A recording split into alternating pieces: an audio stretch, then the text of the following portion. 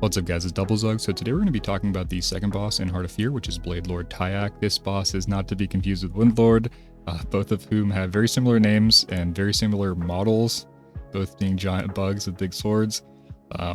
Both of which are also probably the two easiest bosses in this raid. So I think if you're starting to progress heroic, if you're dying a bunch of the dodgeballs, you can just skip that and start heroic on Blade Lord. However, this encounter is, I think, decently more difficult in 10-man than 25-man. The big difference here is this dot. You can see that just went out. Actually went on 2 players and one got bopped. So can bop this to immune it off.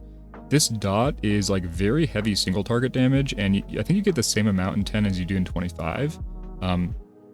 So with less healers in the raid, obviously, in 25-man, just the random like smart healing, just random hots and palms and stuff like that going into the dot target is going to make it sort of more ignorable. Whereas in 10-man, you have to be much more deliberate about like choosing your spells and choosing your talents and glyphs to do more consistent sort of like single 2 to 3 target type healing, and especially while moving, because the main dangerous parts of this encounter are going to be the damage that overlaps with movement. So the dot as it overlaps with like the knockback on the soak and pull in on Blade Tempest, as well as the phase 3 of this fight, which is the giant like tornado gauntlet thing where you have pretty heavy ticking damage on the raid while you're running to the other end of the of this like big thing here. So kind of similar to the first encounter, we do want to be building so that we can do that healing while moving.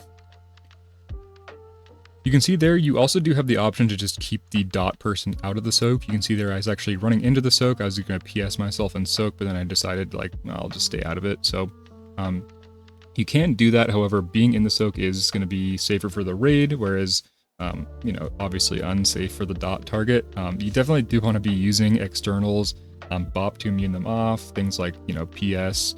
I even do Spirit Shell just as a single target ability. The soak looks very dangerous, but I don't think it actually is that dangerous, honestly. As long as you even have like one CD, like a rally or something like that out, you should never ever really die to the soak. But it will drop you super low, so it can be very like tempting to Spirit Shell POH into the soak. But I would personally just use your Spirit Shell as a single target ability. You can see I'm doing that here just to cover the dot and the tank as well. I'm also getting kind of focused here. You see I do have a Spirit Shell me there at plus barrier, so I do stay in the soak that time. So yeah, again, this fight is going to heavily favor healers that can do good healing while moving, especially good like focused single target healing while moving. So like Resto Druid's actually pretty good for this fight in both 10 and 25-man. Again, you can see Blade Tempest. Having these instant flash heals is really nice. I actually play Surge of Light on this encounter, even on disc, which is a very unusual talent choice, but I do think it's correct, especially for 10-man. For 25-man, you don't have to play Surge of Light, but I did find it to be very, very useful in 10-man. So I'd skip here, skip to this. Right, so we get this tornado phase. This is the last part of the encounter, and it actually is quite dangerous. You can see this ticking damage is like pretty significant, right? And we do want to have the raid top as we like boots out of here. So it's actually a really good fight for anything like Divine Star, even like Mushroom Bloom, anything that you can just snap heal the entire raid to full before you start running. It's going to give you a huge amount of cushion of just extra HP to not die to the ticking damage. And then once you make it to the end, you can see I actually get hit by a tornado there, just being absolutely terrible. Once you do make it to the end, their whole raid's going to be stacked, so it's really easy to top the raid up while everybody's stacked. And again, similarly really strong for things like Divine Star, even Healing Rain, although Shaman's not like super strong on this encounter because the whole beginning of the fight, Healing Rain doesn't do very much, and it's not very good, obviously, while you're running. The other thing that I think I do a couple times here is you can always dodge into the wind wall around these tornadoes. So you can see there I actually dodge left instead of right. If you're a little bit closer, you can just run into the wind wall. It's just going to stop you for a second, but it's way better than getting hit by the tornadoes. And of course you can see here while we're stacked, I'm just cranking some POHs, some palms. Palm incredible on this running part. Mistweaver, you don't have access to fist weaving while you're running, but you can still do things like spam some healing spheres. If you have rems out on the whole raid, which you should have before that phase starts, you can always Thunder Focus T reset all your rems and then have some uplifts as you're running. So there's options for most of the healers. Let's actually look through logs here really quickly. So for 25 man, we can see Holy Priest's actually super cranking here. Holy Priest just does insane raw HPS, so not surprising to see him at the top, but Shaman's a little bit lower on this encounter. Druid, again, quite strong. I think Druid's actually a little bit stronger in the 10-man logs. Mistweaver's still up here as well. Mistweaver does really good healing in the first part of the fight, and of course, rushing Jade Wind is a pretty good option for just doing some rot healing while you're running the Tornado Gauntlet. And Paladin, decent as well. I kind of like Selfless Healer for 25 man. You probably are going to be playing EF for 10 man, which is also pretty good. EF really good at keeping the dot and the tank up at the same time. Also, the ability to like swap your beacon between the tank and the dot, depending on who's more in danger, is kind of cool with the beacon glyph. You can see Disc Priest also kind of high up here in 25 man. The top Disc Priest is actually doing the same HPS as the top Shaman. Again, conductivity just not great here, but I would still play it on this encounter. If you look at 10-man logs, it actually looks a little bit different. Holy Priest not as strong in 10-man just because it doesn't, it scales really well with target counts. Resto Druid cranking here. I think Mushroom Bloom's incredible for this encounter. I think you're just very mobile. You do really good single target healing, so kind of a ideal Resto Druid fight, honestly. Also, the ability to be in the soak and heal it up with an instant Mushroom Bloom, like right when it hits. You don't have to, be sitting there channeling your hymn to heal the raid up, which I do think probably all these Holy Priests up here are doing. Yeah, if you look, like the first Unseen Strike hits like right here, and you can see that's where they're Divine Hymning. So it's a little bit of parse cheesing as you're not soaking, but honestly, you can have a couple people out of the soak. It's not that bad, and it does make it quite safe. So as a Holy Priest, what I would do is I'd wait like 3 seconds before the soak happens. I'd hymn so the first tick hits, tops the raid up, the soak hits. You don't get knocked, so you get to channel your hymn, top the raid up again, and then you should have it available to top the raid up like when you get to the boss at the end in the tornado phase, which is another good use for it. You could also rip it again in here somewhere for like another soak or something, but you can see Holy Paladin also cranking on this fight. Again, just kind of a strong beacon fight with the damage profile. He's playing Selfless Healer, which I think is decent in 25 man as well. So let's go through the specs here. I'm going to start with Priest. For talents, your CC row doesn't matter at all, and you're definitely taking Angelic Feather. This is a high movement fight. Feather is great for the suck-in. It helps you run out of the suck-in. And you also actually have a little bit of time where sometimes, like, if you feather out far enough with the Blade Tempest, you can always just like cast some heals as you're getting pulled back in, and then you just feather and run back out again. For 45 row, again, for 10 man, I think for both Holy and Discipline, I would probably take FDCL. Although Solace is also fine, right? Solace gives you another instant cast spell, but I kind of like the ability to charge up 2 charges of this, and then to be able to expend them while you're being sucked in, or as you're getting knocked or whatever, or during the tornado part of the fight, to just do like snap instant single target healing on those dots. Very powerful. So I would probably play this on both specs. In 10 man specifically. In 25 man, the dots are way less dangerous, so you can kind of just play these as other options for mana. I think I'd probably play Solace for Holy and Mindbender for Disc, but you could also play Solace for Disc if you just like the extra mana. For 60 row, doesn't really matter, just take Desperate Prayer or Bulwark. For 75 row, I would just always take Twist on everything, always. Some people are telling people to take like Divine Insight on Discipline Priest for some fights like Amber Shaper. You could even potentially see someone taking this for like dots on this fight. This is just never correct to take. You lose an insane amount of value if you take off Twist of Fate, especially for Disc Priest. Don't listen to anyone who ever tells you PI or DI are like usable in PvE. They just are not. It's just not true. You just take Twist of Fate. For our 90 row here, I would actually play Divine Star. The big reason for that is, again, this tornado part of the fight. So as we're getting sucked back here, again, it's very important that you top the raid up before you run. And this, like right here, is literally the perfect setting for Divine Star, because the entire raid is pixel stacked, right? You get dropped off by the tornado, you're all in a giant stack. You Divine Star, it's going to hit the whole raid, going out and coming back, and you're going to top the raid just with that one spell, right? It's just very insanely powerful, especially if you're on a Holy Priest. Holy Priest Divine Star is basically revival. So the ability to just juice the entire raid before you go into this gauntlet, which is actually quite dangerous, is going to be just incredibly powerful. And these other 2 options are going to be probably better for the Unseen Strikes. Like if you took Halo and you just stood outside of the soak, you popped your Halo, you can lay on hands the whole raid. But you can also do a similar thing with Divine Star. Like if you get knocked, especially if you get into like the right place, there's a little bit of an angle you can take where Ideally, everyone would get knocked back in exactly the same way, but if you go off a little bit on the side, you can kind of like get knocked and then Divine Star like that way and get the whole raid. Or you can always send Divine Star before the knock happens, which is a little bit more valuable for Priest to put some absorbs up, or just to top, like, you know, if there's 6 or 7 or 8 players who are low, you Divine Star before the soak goes out, you're going to top them and make them not die. So both of those options are great. So I do think, well, these other two have like a use case here. I think Divine Star is by far the best option for both Discipline and Holy. For Glyphs, I would take Inner Fire here because all this damage taken from Wind Step and Unseen Strike is physical. The Storm damage is actually nature, despite a lot of like the windy stuff in this raid being physical. However, I do think the armor is actually just a little bit better here than the 6% reduction on this ticking damage, which is probably going to be a little bit less dangerous for you as a healer, especially because you can always heal yourself, right? So you should never die to ticking damage. You're much more likely to die from things like crazy, insane dot or the one-shots. For Holy, I'd probably take Deep Wells and then just whatever else you want here. Just don't take Palm on this encounter because you want all 5 charges for that, all the ticking damage, so I just wouldn't take Palm. Anything else here you can take though, it's just fine. For Discipline, Penance is 100% locked in here. There's just no chance you ever don't take this glyph on this encounter. And for the third one, there's actually decent options, although I'd probably just take Range or something like that, but these are really the only 2 important glyphs. When it comes to play patterns here for Discipline Priest, again, I'd recommend you use your Spirit Shell as a single target ability here. Primarily, the Soak is just like not super dangerous, and the most dangerous things are again here just the dot and the tank damage and those overlapping with the other mechanics. So if you can get a big Spirit Shell stacked up on like a dot target plus the tank before you get a Blade Tempest or a Soak, that's going to help you obviously just not have deaths.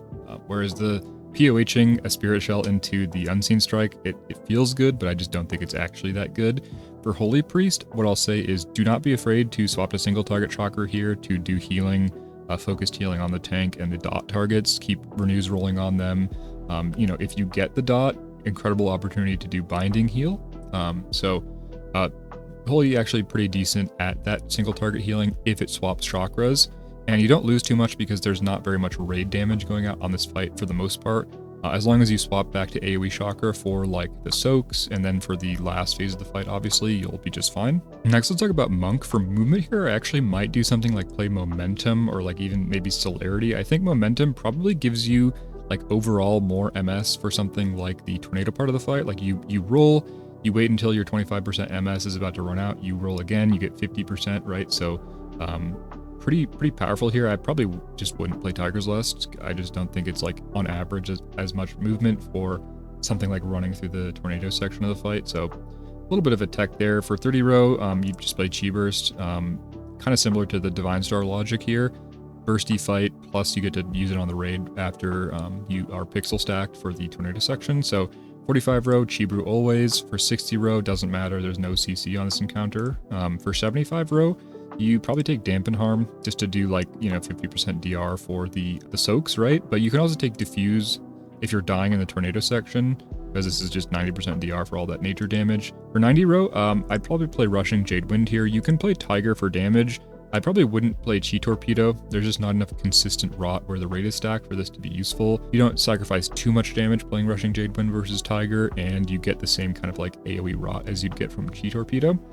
For glyphs, doesn't hugely matter. I'd probably just take like Enduring Sphere. Surgery Mist is actually kind of nice because you can use it while you're like getting sucked and with your Vital Mists, and you don't have to like aim on the raid frames. For last one here, I'd probably take Zen Med. The ability to Zen Med like Soak. I just like this glyph. It's super easy if you don't have this glyph and you sometimes have it on to Zen Med accidentally move and cancel it. So I kind of like running this glyph on most fights. One kind of cool thing you can do as Mistweaver as well is you can put your like Transcendence out super far away, and then you can like Transcend out for the suck-ins. You can also place your Transcendence so that you can like port forward after the like Tornado Gauntlet, but that's like not super important, honestly. But yeah, for this one, you can always like Transcend out, and then you have a lot more time to just do healing. The other thing to mention is that you can use Healing Spheres on this encounter. So having Healing Spheres bound, having like an @cursor macro for Healing Sphere, you can always use that to just spam them out while you're moving. It's instant cast. It has a 0.5 second GCD. It's actually pretty high throughput. So kind of a corner case use for that spell that's not usually very good. You can see this top log actually played Healing Elixirs, which is like 1% more healing. So if you're parsing, you can take Healing Elixirs, but Generally, I think Dampen's probably a little bit better than Healing Elixirs. For Paladin, for movement, you could play Podge or Speed of Light. I would not play Long Arm of the Law because you can't judge during the gauntlet with all the tornadoes. For 30 row, it doesn't matter because there's no CC. For your 45 row, you're just probably going to be playing Eternal Flame in 10 man and Selfless Healer in 25 man, although they're close enough that it's like personal preference plus like whichever one you gear for, you can play in either game mode, honestly. For your 60 row, I would definitely take Clemency here. Double bop for those dots is incredible. You can also bop the soak. Just having 2 bops from every Paladin is absolutely busted on this encounter. 75 row, just always Holy Avenger. No reason to ever not take this talent. And for 90 row here, you probably just end up taking Light's Hammer. For glyphs here, you pretty much take Beacon always. You probably want hand sack on this fight so you can hand sack and be in the soak and then you won't die to it. For Glyph of Divinity, this is going to be like your biggest HPS increase for like parsing or whatever, but for Prague, you could probably take like something like the Shield Wall Glyph or FizzDR. Default, like you can kind of just take this for the most part. For EF, you maybe want to take Glyph of Flash Heal. And you can see the rank 1 25-man log has this glyph set up, the rank 1 10-man log has the same glyph set up, and the difference here is just 1 ran Podge and Eternal Flame, and 1 ran Speed of Light and Selfless Healer. For Resto Druid on this encounter, if you have a very, very long kill time, you could potentially take Heart of the Wild, because you can see here like this 730 kill time here, Heart of the Wild. Really good because you can use an on pull and then you can get a second use out of it, which is really, really powerful. But for anything less than that, I would definitely just take Nature's Vigil. It's just, you know, better overall healing and decent damage as well. If you're DPS parsing though, you just definitely play Heart of the Wild. You can see here some people doing like 20k DPS with Heart. You can also see Soul of the Forest is all the way down. Soul of the Forest is really good for HPS. So 25 man, gonna be very similar story. Should be like basically all the same talents. Yeah, you can actually see a Heart of the Wild rank 1 here. Again, this is gonna be like perfect kill times for Heart of the Wild, where you get a full duration use and then you get a second full duration use, and it's also in that P3 where there's all that ticking damage, so your 25% healing amp is going to be incredible. So Resto Druid actually kind of likes these long kill times weirdly for parsing, just because of how Heart of the Wild works. Other than that, there's not a lot of huge like talent or glyph tech here. You could take Feline Swiftness. I kind of like the passive movement speed, but Displacer Beast also really good. Again, you just use Sierra's gift, CC doesn't matter, Soul of the Forest, and then whatever here, again, doesn't matter. And then you're going to take Heart of the Wild or Nature's Vigil, depending on your kill times, or whether or not you want to do like a big Heart of the Wild damage burst at the beginning of the fight. I'd probably just take Nature's Vigil though, for the most part. When it comes to play patterns here, it's also pretty standard. Again, you can do the same like Divine Hymn trick with Tranquility, where you stay out of the soak. You get 1 tick to top like the people before the soak. The soak happens, and then you use the next ticks of your Tranquility to top everybody. For Mushroom Bloom, this is not a great snapshot fight, so you definitely want to just be popping your Mushroom regularly. I would pop my Mushroom after every single soak. So especially if you're in the soak and you're not tranking it, the very second the damage hits, if you have your F-low down on the whole raid, you just press Bloom while you're getting knocked through the air. It's going to heal everybody. It's going to be super effective. So that's a really nice, you can see this rank 1 log has lots and lots and lots of Mushroom Blooms. If you cannot snapshot your Mushroom Bloom, it's very, very good to press it quite a bit. So that's something to mention there. Obviously, just use your Wild Growth, your Swift Bends, your Tranquilities. Try to keep your F-low into the raid, just really basic stuff. Something though with Life Bloom is you can, if somebody gets the dot and they're like a Clothy and they're just taking huge damage and you don't have a good external, you can always swap your Life Bloom to the dot target rather than the tank. Again, with the Life Bloom swap tech, you only need 1 global to swap your Life Bloom, so it's much less punishing. Alright, last year we're going to talk about Shaman. So not a great Shaman fight, however, even on these not great Shaman fights, you still do great HPS just because the spec's quite strong. You also do have like pretty decent healing on the dot and the tank, and your like, crit cleaving is going to be decent as well. So a good opportunity to do some healing surges, and Spirit Walker's Grace is also really good. For talents here, I'd take Astral Ship just for the soaks. For 30 row, doesn't matter because it's CC. There's no Freedom Totem stuff on this encounter. For 45 row here, I would definitely take Totemic Projection so that during the gauntlet with all the tornadoes, you can drop a Healing Stream Totem and a Healing Tide Totem, and then you can run and move it up so it always stays in range of the raid. However, if you're not using your Healing Tide during that gauntlet, which I think is a good opportunity, it's probably where you should be using it. If you don't want to do that, you could take Kali Elements or Totemic Resistance. For 60 row, I'd probably just take Ellie Mastery, although if you want the extra instant while moving, you can take Ancestral Swiftness. Ellie Mastery is always going to be a little bit better for like raw overall, but I think this is like really nice utility. You can see for the parsing, it's like most of the top ones are EM, but The like lowest AIS is not too far behind, and I don't think the raw difference is like that huge. So if you again you do like this, like maybe for 10 man, you probably take this. For 75 row, I would just go conductivity. There's potentially some argument for like rushing streams again because it's like not a great conductivity fight, but I just think conductivity is so good that even on the bad conductivity fights, you kind of still just play conductivity. For our 90 row, I'd probably play Primal Ellie. It's not a great Ellie Blast fight because the whole P3, you can't cast Ellie Blast while you're moving. And Primal Ellie, like you can get your Earth Ellie out and you can get that 20% DR for like all the soaks and stuff like that, which is really incredible. Plus you get all the free damage from Fire Ellie. So generally speaking, you just want to play Primal Ellie, and you can see like basically everyone's playing Primal Ellie. There's some Unleashed Fury logs here, which I just think is probably incorrect. And the lowest Ellie Blast log is like rank 42.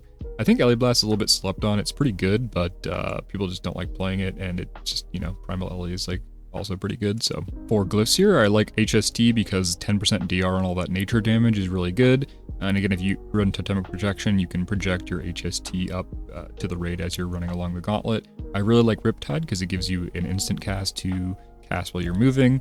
And then Telluric Currents is just kind of like a shoe-in. When it comes to cooldowns, I try to use my Ascendance during that last running section of the fight. Kind of good if you have the Riptide Glyph as well. You can spread a whole bunch of hots on the whole raid, and then ascend, and you're just going to do some nice cleave healing to people as you're running between the as you're running to the boss. Healing Rain, you can see not like super great in the beginning of the fight, but then at the end of the fight, once you get stacked up on the boss there and there's all that ticking damage, it absolutely does crank. HTT rather, pretty good for the soaks, healing up the soaks.